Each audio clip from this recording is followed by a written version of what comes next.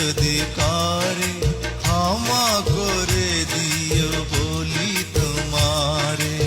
এতিম জেনে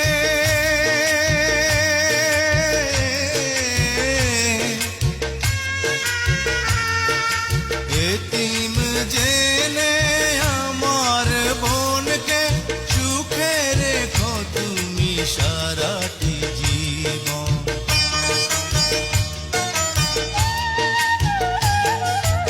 আমার বোনের ওই মুখের হাসি বড় ভালোবাসি। কাঁদিস না রে, কাঁদিস না রে আমার